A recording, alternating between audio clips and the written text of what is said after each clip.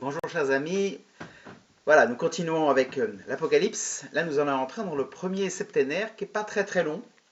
Je vous ai présenté les sept églises dont j'en parle, sept églises qui sont aussi des églises, je vous le disais, symboliques. En fait, c'est aussi à toutes les églises que l'Apocalypse est destiné. Et donc cette partie où justement il va être écrit euh, des lettres aux églises, mais ça va surtout être dit en fait. Eh bien, ça court sur le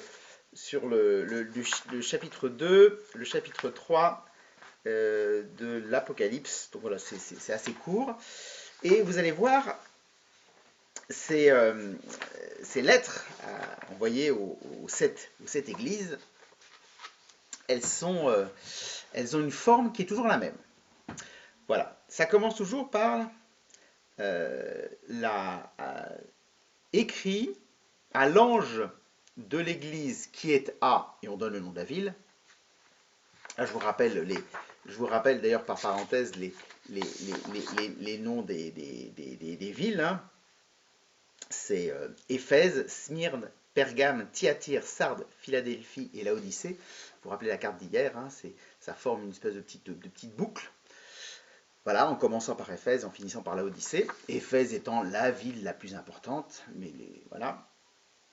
Et donc, à chaque fois que le Christ vainqueur, le Christ ressuscité, le Christ Pantocrator, celui qui gouverne toutes choses, donc le Christ dit à l'ange de l'église qui est à Éphèse, écrit. Je vous avais déjà dit que l'ange, c'est l'ange protecteur, mais c'est aussi l'évêque, voilà, qui est comme l'ange protecteur, qui reçoit lui-même d'une certaine manière une tradition chrétienne, une spiritualité chrétienne un peu ancienne, qui veut que le jour de l'ordination, et en tout cas les évêques, reçoivent un ange particulier, en plus de leur propre ange gardien, un ange particulier qui les guide dans leur mission. C'est probablement tiré de cette façon dont finalement il y a bien un ange qui veille et que cet ange-là, en fait, il veille au travers de la mission de l'évêque. Donc voilà, donc premier titre, toujours le même, à l'ange de l'église qui est à Éphèse, Thyatire, Sardes, Laodicée, etc. Vous allez voir les sept. Voilà, écrit, deux points. Et donc ensuite, ainsi parle, et il y a un titre assez complexe, un peu comme on a vu que Jésus était présenté en disant, Jean ne nous dit pas, voilà, j'ai vu Jésus, ou c'est Jésus qui me parle. Il utilise une défense, voilà, une fils d'homme. Donc c'est un titre ce sont des titres qui vont être un peu complexes, voilà, qui vont être pour chaque église, le titre va être différent. Là, je vous commence par le premier.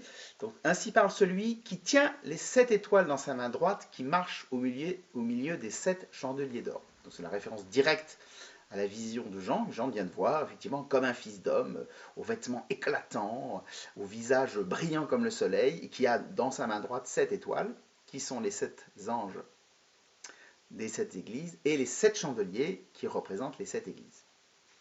Voilà, donc il y a un titre comme ça qui est donné, donc très très solennel. Voilà. Et ensuite, il y a des recommandations qui sont faites. Généralement, c'est toujours un peu la même chose.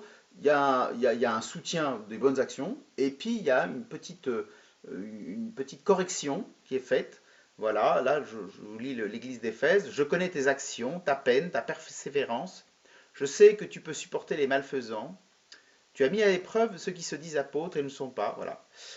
Tu ne manques pas de persévérance. Voilà. Donc il y a un encouragement dans les œuvres bonnes. Et puis il y a une petite correction, un petit point d'attention qui est donné. Mais j'ai contre toi que pour ton premier amour, tu l'as abandonné. Voilà, rappelle-toi, convertis-toi, voilà, euh, reviens à tes premières amours. Donc voilà, c'est un appel à revenir à l'essence de la foi, au zèle et à l'amour profond de la foi qui est demandé là aussi à l'église d'Éphèse. Voilà. Et voilà. Et donc ensuite, il y a une conclusion qui est toujours la même pour toutes les églises qu'on va entendre se répéter. Celui qui a des oreilles, qu'il entende ce que l'Esprit dit aux églises. Et une conclusion qui est une sorte d'appel à l'espérance, d'une promesse de vie qui est faite aux vainqueurs, je donnerai de goûter à l'arbre de la vie qui est dans le paradis de Dieu. Alors évidemment, référence biblique à fond les ballons, parce que l'arbre de la vie, c'est l'arbre qui est au centre du jardin, c'est pas l'arbre de la connaissance du bien et du mal. On voit bien qu'il y a deux arbres. Alors ça se confond. Est-ce que c'est deux arbres en un? Est-ce que c'est deux arbres différents? Le récit glisse un peu sur ce. Le récit de la Genèse glisse un peu. Bon, bref. Mais il y a un arbre de vie, en tout cas, qui était gardé par les séraphins, qui faisait que l'homme ne pouvait plus goûter à l'immortalité avec Dieu, qui était représenté par l'arbre de vie. Et puis, eh bien, cet arbre de vie nous a été redonné par l'arbre de la croix, qui est devenu pour nous l'arbre de la vie. Puisque par la croix, eh bien, nous recevons de nouveau la vie avec Dieu. Et voilà ce que les premiers apôtres et ensuite les pères de l'Église ont lu comme étant l'arbre de vie, c'est la croix elle-même, voilà, qui vient nous apporter le salut. Arbre douloureux, avec des fruits amers, mais arbre aussi qui nous donne la vie. Voilà, c'est la conversion. Voilà, la douleur de la croix nous fait entrer dans la joie de la résurrection. Voilà, c'est un grand thème chrétien. Voilà, la persévérance dans la difficulté a comme récompense la gloire de la résurrection. Thème que vous connaissez sûrement très très bien. Parce que pour le coup, c'est vraiment très chrétien. Ce thème de persévérer, de durer, voilà, d'accepter les difficultés pour entrer dans la gloire avec Dieu. Et donc, alors c'est intéressant parce que est promis au vainqueur. Qui est le vainqueur? En régime chrétien, le vainqueur par excellence, c'est le Christ. C'est le vainqueur de la mort. Mais dans ce texte-là, comme il y a une petite exhortation aux membres de l'église d'Éphèse de revenir à leur premier amour, en fait, ça peut être aussi eux.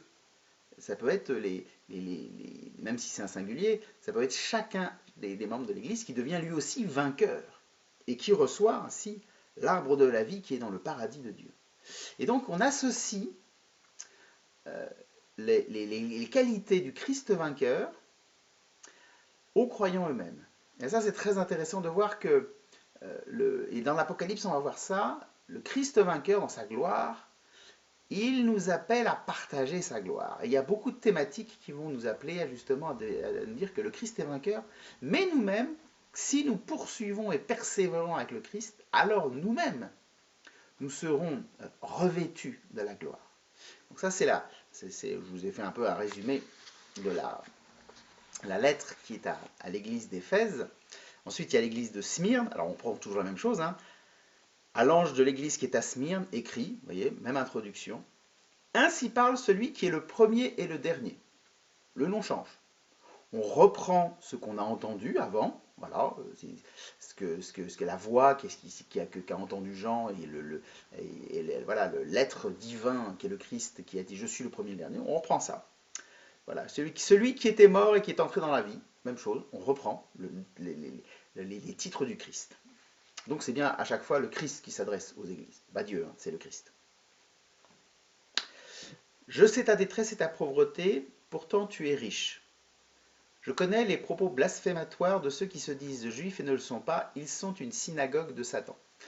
Alors on va beaucoup parler de Satan dans l'Apocalypse, on va parler de synagogue de Satan, de gens voués à Satan.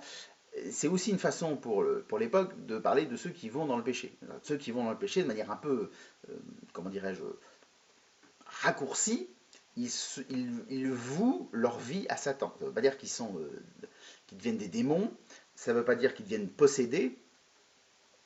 Tout homme qui ne met pas Dieu au cœur de sa vie, en fait, c'est qu'il met par défaut Satan au cœur de sa vie. Ce qu'a dit très bien le pape François dans une homélie qu'il a adressée aux cardinaux le jour de son élection. Je pense que les cardinaux ont dû trouver le style assez sévère, mais bon, mais c'est toujours bien en disant, il citait, je crois que c'est Léon Bloy de mémoire, donc un auteur français qui disait que qui ne prie pas le Christ prie Satan. Alors dans la vision, c'est la vision de l'Apocalypse. La vision de l'Apocalypse, on n'est pas dans l'entre-deux de nos vies. On est dans la lumière de la révélation. Dans la lumière de la révélation, en fait, on comprend qu'il y a un moment où on choisit le Christ ou on choisit Satan. Mais il ne peut pas y avoir d'entre-deux. C'est-à-dire que si on est face à l'éternité qui arrive devant nous, forcément là, il n'y a pas d'entre-deux. C'est-à-dire que si nous sommes en face du paradis, on ne peut pas mitiger le paradis avec Satan. Donc de fait, on parle ainsi de Satan, c'est aussi une façon de nous rappeler, d'une certaine manière, les fins dernières, là où on va, et nous rappeler que quand on fait un péché, en fait, on devient complice de Satan. Voilà. Ça ne veut pas dire qu'on est possédé, ça ne veut pas dire qu'on tout d'un coup le démon prend possession de notre âme, mais ça veut dire que on trahit le Christ. Alors le Christ nous pardonne, la vie spirituelle nous aide à avancer, mais de manière un peu forte, un peu saisissante, voilà ce qu'il appelle la synagogue de Satan, qui ne sont pas des juifs, puisqu'il le dit lui-même, qui se disent qui se disent juifs mais qui ne le sont pas, donc on ne sait pas trop. Là aussi, on ne sait pas trop. Ça fait probablement allusion aussi à quelque chose qui se passait, des oppositions dans les églises de cette époque-là et qui nous passe un peu au-dessus de la tête. Mais l'essentiel qu'on a à comprendre, c'est qu'effectivement, il y a aussi dans notre vie des chemins qui ne sont pas les chemins qui mènent au Christ et donc qui sont des chemins qui nous perdent, qui nous font nous perdre avec le démon. On peut le transposer d'une certaine manière à nos propres vies. Voilà. Voici que le diable va en jeter en prison certains des vôtres pour vous mettre à l'épreuve et vous serez dans la détresse. Soyez fidèles jusqu'à la mort et je te donnerai la couronne de la vie. Là aussi, il y a un passage entre le vous et le tu qui est propre aussi au style de l'Apocalypse. À la fois, il parle à tout le monde et en même temps, c'est à chacun d'entre nous personnellement que Christ s'adresse. Alors là aussi, le diable va vous jeter en prison. Voilà, c'est une façon de dire aussi, voilà, toutes les autorités du monde sont soumises aux puissances mauvaises. Là aussi, symboliquement, ça ne veut pas dire que les autorités de l'État étaient vouées, faisaient un culte à Satan, mais voilà, elles étaient prises dans le péché, elles servaient Satan sans se rendre compte qu'elles servaient Satan. Voilà. Et donc, voilà, donc du coup, là aussi, symboliquement, on dit, voilà, c'est le démon qui persécute l'Église. En fait, au final, c'est d'abord le démon qui persécute l'Église, c'est pas des réalités politiques, c'est le démon. Voilà. Et sois fidèle, et je te donnerai la couronne de la vie. Là aussi, vous voyez, celui qui est couronné par excellence, celui qui reçoit la couronne, qui est le roi par excellence, c'est le Christ. Et bien, cette couronne de vie, il la promet aussi pour ses fidèles. On voit bien que le Christ veut associer chacun d'entre nous à sa propre gloire. Et voilà, et sous le côté un peu rude de l'avertissement, il faut voir aussi la promesse que le Christ nous fait, et qui vaut la peine.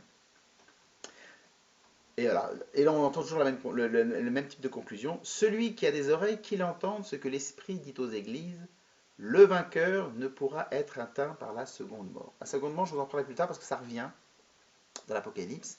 Le vainqueur, c'est toujours la même chose, hein, ça nous associe à Jésus. Et il y a cette phrase-là qui va revenir, je vous en ai pas parlé quand j'ai parlé de l'église d'Éphèse. Celui qui a des oreilles, qu'il entende ce que l'Esprit dit aux églises. Ça va revenir comme un refrain à chaque fois dans ces présentations des églises. Celui qui a des oreilles qu'il entende, c'est une phrase très très juive. Ça se voit dans l'évangile, à un moment Jésus le dit, celui qui a des oreilles qu'il entende. Voilà, c'est pas le but du jeu de savoir si on est bien équipé pour entendre. C'est est-ce que nous avons cette capacité à écouter la voix de Dieu, à être attentif à la parole de Dieu, à nous laisser saisir par la parole de Dieu. Voilà. Donc l'écoute, c'est le début de la foi. Parce que c'est cette façon dont nous cherchons à nous faire proche de Dieu. Et qui parle?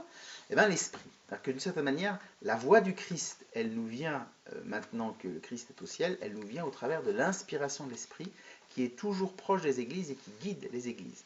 Et donc d'une certaine manière, on a une espèce de raccourci, à la fois le Christ s'adresse, mais il dit que c'est l'Esprit, et le but, c'est de rejoindre le Père. Donc on a déjà une forme trinitaire qui est à l'heure. Voilà, dernière église, et puis je garderai quelques églises pour demain et après-demain. L'église de Pergame. Alors pour ceux qui ont la grande chance d'aller en Turquie, la ville de Pergame existe aussi. J'y étais en vacances avec des amis quand j'étais plus jeune et étudiant à Sakodo. Nous avons vu Pergame, qui est une très belle ville, qui est une ville où il y a un temple magnifique. Enfin, il ne reste plus grand chose parce que les Allemands sont passés par là. Et ils ont tout récolté. Donc une bonne partie, il faut aller à Berlin pour visiter l'hôtel de Zeus, mais il y avait ce qu'on appelle une acropole, c'est-à-dire une montagne sacrée sur laquelle il y avait un culte magnifique. Donc ça fait une ville assez importante et une ville dans laquelle le culte était assez important. Et donc, là-dedans, il dit, Ainsi parle celui qui a le glaive acéré à deux tranchants, là aussi référence au glaive à deux tranchants qui sort de la bouche du Christ, et qui est une référence au fait que la parole de Dieu est comme un glaive à deux tranchants et qui coupe, voilà, qui sépare entre la graisse et les os, voilà, celle c'est la parole de Dieu qui va dans les profondeurs de l'homme, donc ça c'est la référence à la présentation, mais surtout, je sais où tu habites, c'est là que Satan a son trône. Et c'est peut-être une référence, effectivement, à cette grande acropole de Pergame, ce grand culte de Zeus, qui était à l'époque, effectivement, alors pour les chrétiens de l'époque, effectivement, derrière ces cultes de ce qui étaient des faux dieux, en fait, ils percevaient une façon pour le démon d'éloigner les hommes du vrai culte de Dieu, ce que dit Paul dans une de ses lettres. Voilà, finalement, on a perdu le sens de Dieu et on a attribué à des réalités matérielles, des animaux, des statues, des représentations, une représentation divine, ce qu'ils ne sont pas. C'est en partie de l'ignorance, c'est en partie aussi une sorte de façon de ne pas vouloir se poser de vraies questions. C'est évident qu'une statue n'est pas un dieu, c'est évident que le tonnerre à la montagne n'est pas Dieu. Dieu est au-delà de ça, et d'une certaine manière, tout homme le sait. Et donc, il faut avoir aussi le courage de se confronter à la parole de Dieu qui résonne dans le cœur de tout homme. Voilà, et je termine, voilà, donc celui qui a des oreilles qui l'entendent, ce que l'Esprit dit aux églises, au vainqueur, je donnerai la manne cachée. Voilà, le pain céleste, c'est une allusion effectivement à l'Eucharistie. Voilà, celui qui est fidèle reçoit cette Eucharistie, ce pain de vie, qui est le Christ lui-même. Et voilà, je lui donnerai un caillou blanc, et inscrit sur ce caillou un nom nouveau que nul ne sait, sauf celui qui le reçoit. Le nom nouveau, c'est le qu'on reçoit au jour de notre baptême, le nom nouveau, qui est cette façon dont nous sommes adoptés par Dieu, et qui est une façon pour nous, effectivement, de découvrir à quel point nous sommes ceux que Dieu choisit par excellence, parce qu'il nous veut du bien. Voilà, demain, nous verrons les autres églises, Thyatire, Sardes et Philadelphie, puis nous terminerons avec les deux dernières. Mais vous voyez qu'il y a quand même beaucoup d'éléments. Je voulais revenir sur ce que je voulais pointer vraiment, c'est que l'appel du Christ, qui peut paraître un peu sévère, est d'abord un appel à la conversion, parce que cette conversion-là nous ouvre à la participation de la vie avec le Christ. Voilà, nous avons ainsi la couronne du vainqueur, nous avons accès à l'arbre de vie, nous avons ce nom nouveau, un peu comme le Christ, qui est de certaine manière un nom nouveau, c'est Jésus de Nazareth, et il est pour nous Jésus-Christ, c'est un nom nouveau. Ben nous-mêmes, nous avons un nom nouveau, nous avons notre prénom associé au nom de Dieu depuis notre baptême. Et voilà, et nous sommes ici dans cette nouveauté de Dieu que l'Apocalypse veut montrer. Ce que faut surtout montrer effectivement l'Apocalypse, c'est cette nouveauté de Dieu qui nous amène jusqu'à lui. Voilà, quelques petites choses sur l'Apocalypse. Voilà, que le Seigneur Tout-Puissant vous bénisse, qu'il vous accompagne pendant ce temps pascal où, comme le dit l'Apocalypse, il fait toutes choses nouvelles. Voilà, il renouvelle toutes choses. Goûtez cette nouveauté du Seigneur dans votre vie et je vous dis à demain.